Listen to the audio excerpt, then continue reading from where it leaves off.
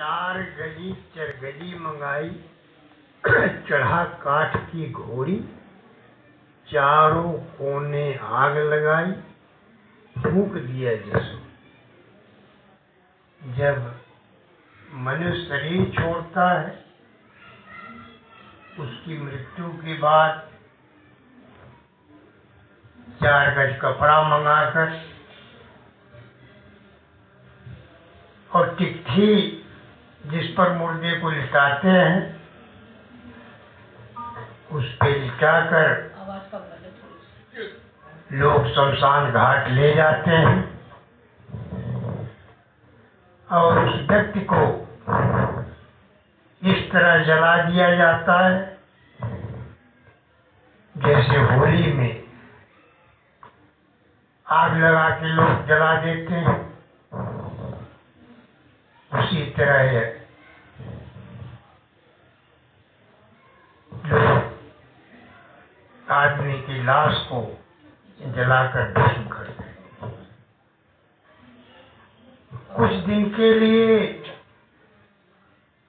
घर वालों को, रिश्तेदार, अड़ोसी पड़ोसी चिंता करते हैं और फिर थोड़ी देर बाद लोगों में चिंता की छाया हटने लगती है। फिर अपने अपने काम में, अपने अपने रास्ते पर सब चलना शुरू कर देते हैं, क्योंकि ये जगत जो है माया से बना हुआ है। माया सबको भ्रमित कर देती है और फिर दुनिया उसी तरह फिर काम धंधा, नाचना कूदना, गाना बजाना, फिर उसी रंग में सब बहने लगते हैं। शोक सिर्फ थोड़ी देर का करते हैं। इससे हमारे संतों ने इशारा किया है कि ये जो सारा संसार है, ये स्वार्थ का प्रेमी है। यहाँ कोई अपना नहीं है। इसलिए कहे हैं कि धन दौलत की कौन चलावे, संग न जात शरीर, कहे कुमार कोई काम नहीं है, मात पिता सुत कि सारा संसार एक स्वार्थ का प्रेमी है। या माता पिता भाई बंधु दोस्त रिश्तेदार एक भी साथ नहीं जाता, सब हमारा साथ छोड़ जाते हैं। धन दौलत की बात ही अलग है, ये हमारा शरीर भी हमारे साथ नहीं जाता और यही जलाकर भस्म कर दिया जाता है। ये घटना हर एक के साथ घटती है, लेकिन मनुष्य धोखाधड़ी, चोरी, बेईमानी, हेराफेरी इस तरह करता है जैसे उसको कभी मरना ही नहीं, जैसे वो कभी बुढ़ा ही नहीं हो, जैसे इस लोक से जाएगा। उसको ध्यान कब आता है? जब बाल सफेद हो जाते हैं, आंख से कम दिखाई देने लगता है, चेहरे में झुर्रियां पड़ जाती हैं, अपने जो सगे प्रेमी हैं वो भी पराये बन जाते हैं, अपनी बीवी भी मुख मोड़ लेती। फिर आदमी को एक धक्का सा लगता है, एक झटका लगता है, चाहे वो सारे प्रेमी जो जान देने को तैयार थे कहाँ चले, उनका प्रेम कहाँ गिरा हो। कहे कि हाड़ जले ज्यों लाकड़ी, केस जले ज्यों घास,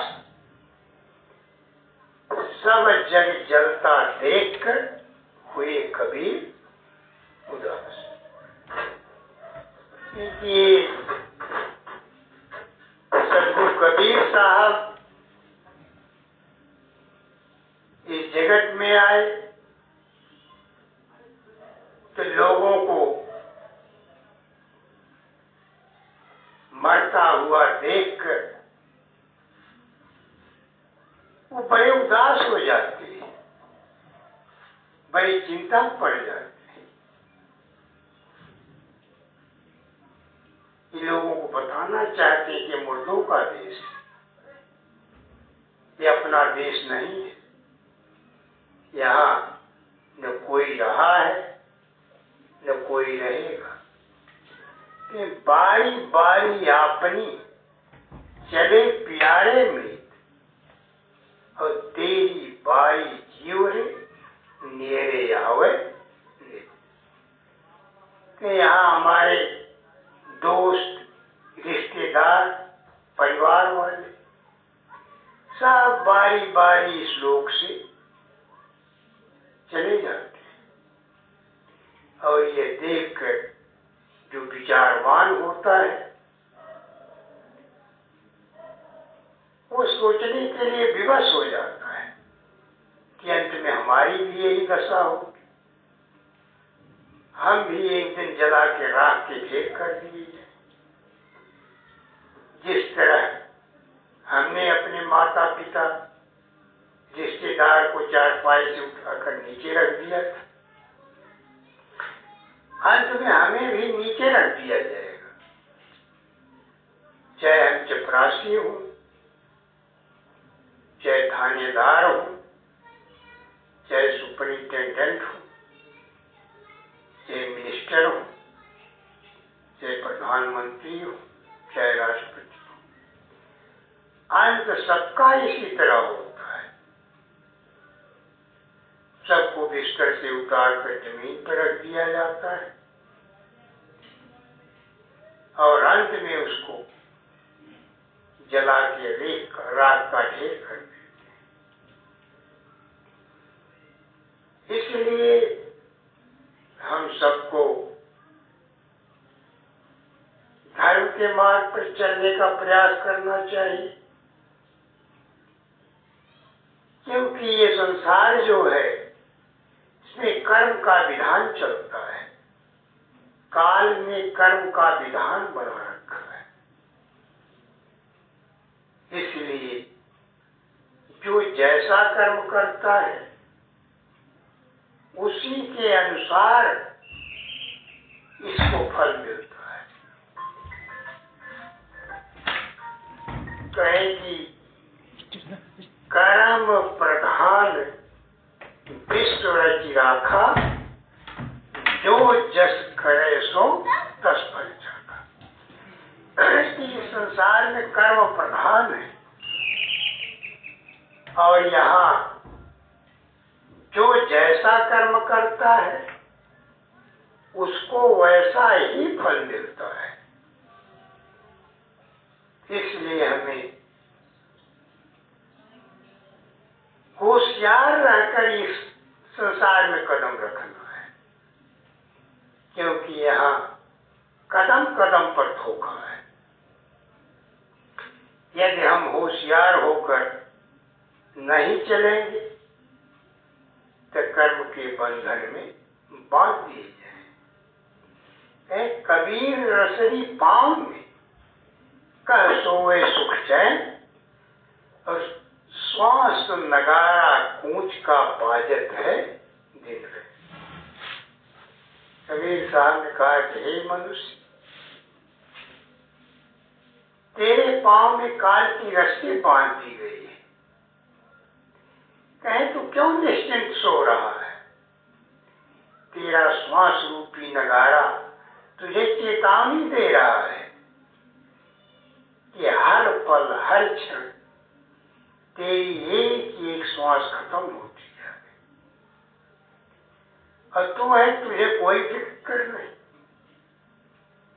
तुझे कोई चिंता नहीं, तू खा पी कर मस्त होकर गफलत की नींद सो रहा है।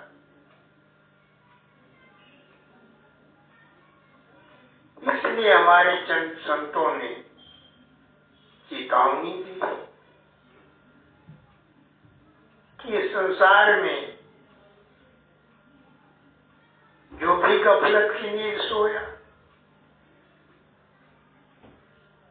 वो काल के फंदे में फंस गए। मनुष्य जीवन हमें मिला है उस काल के पंजे से छूटने की, ना कि और बंधन बांधने की। इसलिए कहे समझ के रे मन लाद लदनिया, ना ही तेरी टूट जाए गर्दनिया।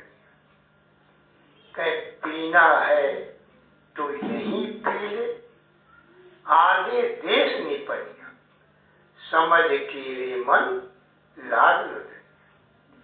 कहे हे मनुष्य, हे मन,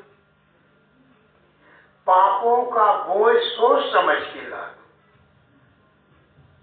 इतना पाप मत लाद लो कि तुम्हारी गर्दन ही टूट जाए।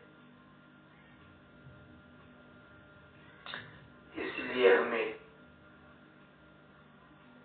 इस संसार में बड़े सोच समझ के काम करना है। हमें ऐसा काम नहीं करना है कि जहां हम कर्म के बंधन में पड़े। वो काम करना है जिससे हमारे कर्म भी करें। कबीर साहब ने कहा है, मोहि वो सतगुरु भावे जो भोग में योग लखावे, करे कर्म और रहे अकर्मी, ऐसी युक्ति बतावे।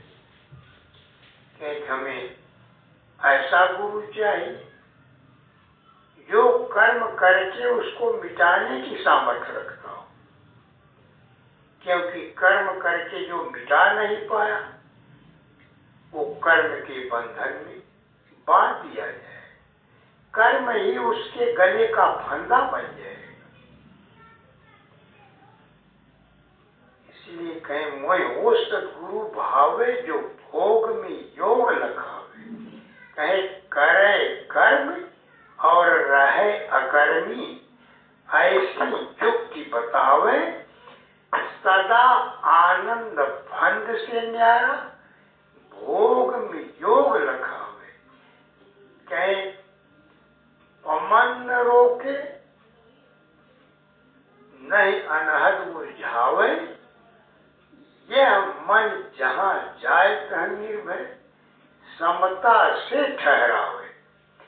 तई धरती आकाश अधर में प्रेम मरई अच्छा, कि ज्ञान शिखर की मुक्त शिला पर आसन अचल लगावे, बाहर भीतर एक ही दर से दूजा भाव मिटावे। अब कहें कबीर सुनो भाई साधो, घट बीच अलग लगा। ऐसा गुरु हो जो कर्म करे और उसको मिटाए, क्योंकि कर्म यदि नहीं मिटा तो जीव कर्म के बंधन में बांध दिया। इसलिए कर्म मिटाने की कला जीते जी जानना बहुत जरूरी।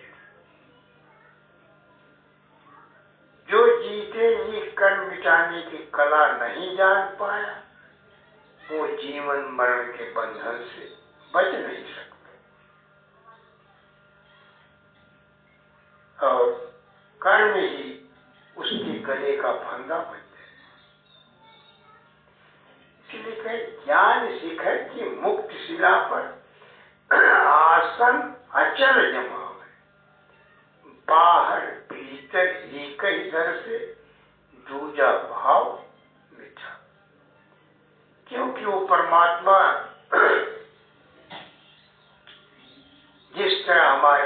में विद्यमान है, उसी तरह बाहर भी कहे कि अधर पुरीचा साध का अधरी आसन हो, काया से बाहर लखै हंस कहावे। कहे हंस वो है जो उस मालिक को अंदर भी देख ले, बाहर भी। क्योंकि कहीं धर धरनी का एक ही लेखा, और जस अंदर तस बाहर। कहीं वो हर जगह मौजूद है। कहीं मुझ में, तुझ में, सर्व में, जहाँ देखूं तह राम, और राम बिना छिन एक हो, सरय एक हो। क्या वो यत्र तत्र सर्वत्र अंदर बाहर हर जगह मौजूद है, लेकिन उसको देखने के लिए आंख चाहिए। कहे सब घट राम बसे है भाई, और बिना आंख नहीं देख दिखाई। है तो सभी के घटों में, लेकिन बिना आंख के वो दिखता नहीं। इसलिए कहे कुमार इस संसार में मत और वाणी अनेक, और बिना आंख दिखता नहीं, जाके रूप नहीं। इस संसार में तमाम तरह तरह के पंथों की गिनती नहीं। धर्म तमाम है, हिंदू, मुस्लिम, सिख, ईसाई, जैन।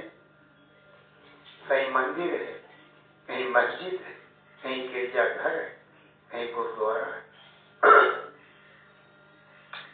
सब अपने अपने तरीके। हाँ जी सर, आप बताओ। प्रयास करते,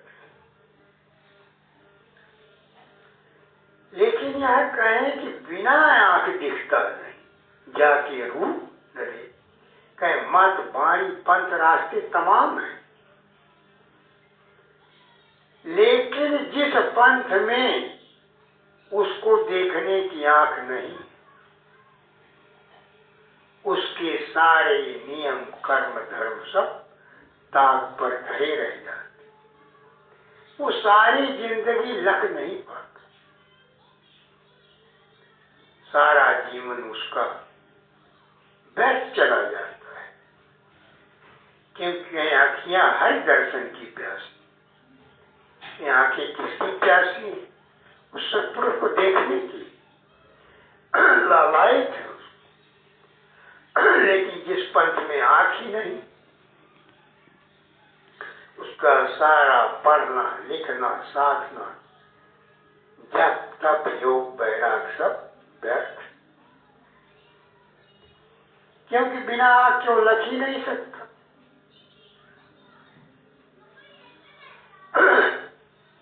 और जब तक लख नहीं सकता, तब तक उसके मनुष्य जीवन का उद्देश्य पूरा नहीं, अधूरा रह जाए, उसका जीवन व्यर्थ चला जाए।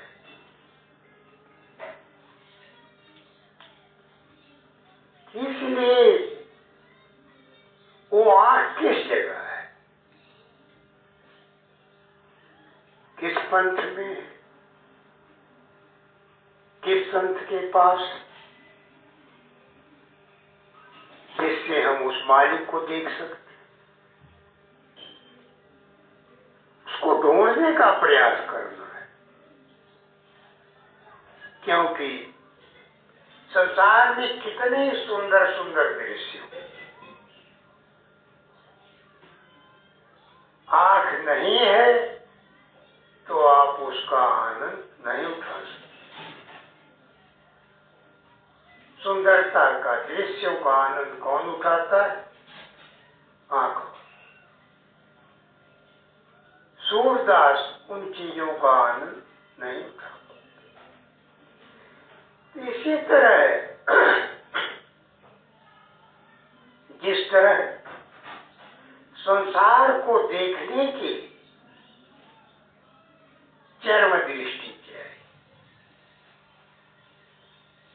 और सपने में हम सो जाते हैं, ये आंख हमारी बंद रहती, तो सपने में कौन सी आंख देखती है?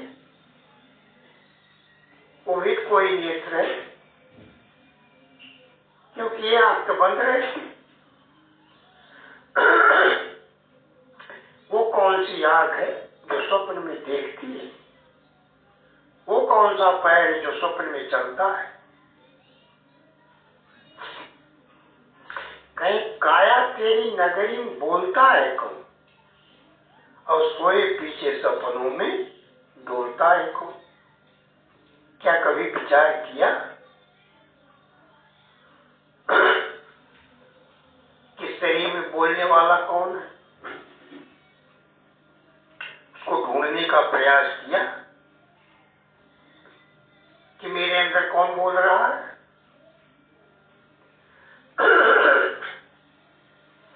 कहीं घट में बोले अजब अनूपा, और सो है सत्य लोक का। कहीं सतलोक का सम्राट बोलने वाला। लेकिन तुमने कभी विचार किया कि कौन बोल रहा है? कबीर साहब ने कहा है, सर्वमयी और सबसे न्यारा सो खेले ये खेल विशाला, जो घटवा में बोले भाई, काई नाम क्या कहो बुझाई, किन यह सुंदर साज सजाया, नाना रंग रूप उपजाया, ताहि खोजो साहू के पूता, और का पाहन पूजो वही। उन्होंने कहा है, धर्मदास क्यों मूर्खता वाली काम कर रहा है? जो तेरे अंदर बोल रहा घट में क्या नाम है उसका? अपने शरीर का तो नाम रख लिए, संसार में तमाम सामानों का नाम रख लिए, लेकिन इसका क्या नाम है जो तेरे अंदर बोल रहा है? कभी उसके बारे में भी सोचा? कौन बोलने वाला है? कहीं बोलता कहाँ वसे, कहो केचिक रूप स्वरूप, और कई पंखुरी की सुरक्षी, केचिक बस अनु। के बोलने वाला जो है कहाँ रहता है तेरे शरीर? कितनी पंखुरी की सुरक्षी, कैसी रूपरेखा उसकी? क्या कभी विचार? या सारी जिंदगी किताबें पढ़ने में बीता है, कहीं वेद पढ़ा पर भेद में जाना, मन में बहुत गुमान। एक ही तमाम पंडित लोग वेद साहित्य वाणी याद कर ले, लेकिन वेद का भेद क्या है ये समझ नहीं। और मन में बड़ा अहंकार में जब ये वेद याद है, मुझे ये तो है याद है, मुझे ये याद है।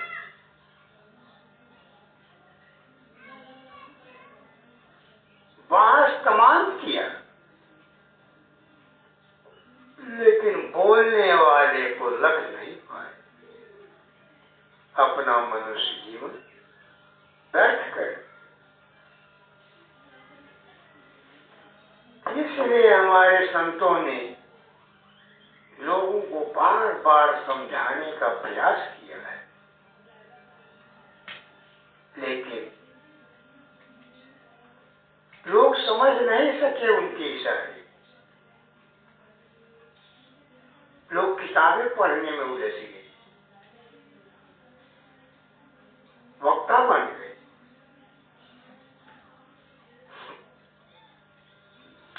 इसलिए कहें वक्ता जग में बहुत है, पंडित कवि अनंत, और सत्य पदार्थ पारखी बिरला कोई।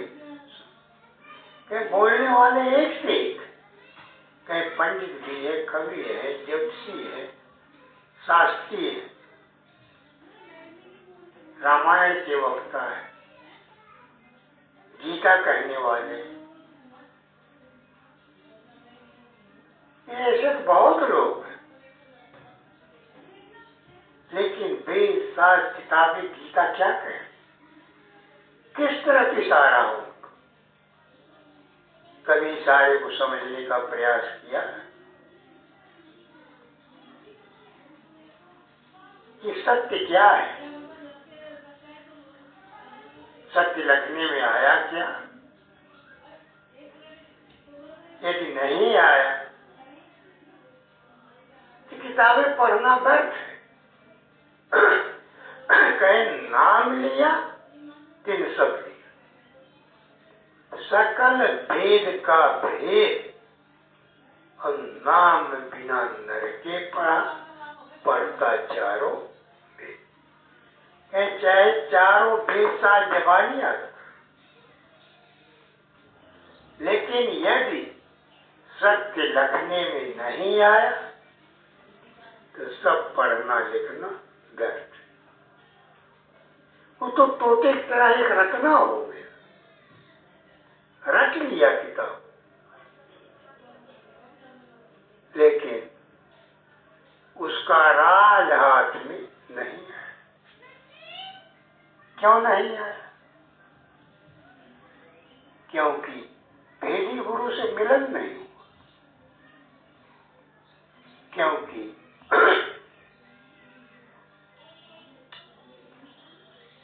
भेदी गुरु से उसी का मिलन होता है जिस पर उस मालिक की दया हो। जिसके ऊपर दया नहीं होती उसका भेदी गुरु से मिलन नहीं हो। कहीं वेद, पुराण, भागवत गीता इनको सभय बढ़ावे, जाको जन्म सफल रे प्राणी, सो पूरा गुण पावे।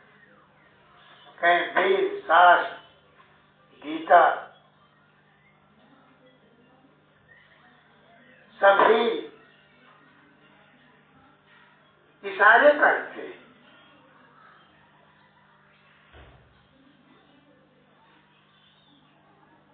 और कहते हैं कि जो बहुत भाग्यशाली होता है उसका पूरे गुरु से मिलन होता है। कहे गुरुआ घूमे जगत में, चेले कंठी लेव, स्वर्ग जाओ या नरक में हमें रुपया दे। आजकल गुरु लोग पूरा भीड़ इकट्ठा कर लेते, धन संपत्ति का भंडार इकट्ठा कर, और जब राम नाम की बात आती है तो परिणाम क्या निकलता है? जीरो। इसलिए कबीर साहब ने कहा है कि नादी बिंदी बहु मिली, करत कलेजे छेद, और तक तले का ना मिला, जासे पूछूं। बड़े बड़े आचार्य महंत जिनके करोड़ों चेले, बहुत बड़े बड़े आस, लेकिन जब भेद की बात पूछता हूं ये कलेजे में छेद हो जाता है। यहाँ बात करने पता लगता है ऊंची दुकान फीका, आश्रम इतनी बड़ी बड़ी, गाड़ियां इतनी लंबी लंबी, अरबों खरबों की संपत्ति, और सार सबद का ABCD नहीं पता कि सार सबद है किस चिड़िया का नाम, कैसे जाने इसको, किस तरह तलाश। ये आज किसी भाग्यशाली के हाथ में होता है, जिस पर उस मालिक की मेहर हो। कहीं बिच्छू मंत्र जान नहीं पावा और सांप की बाबी हाथ समावा।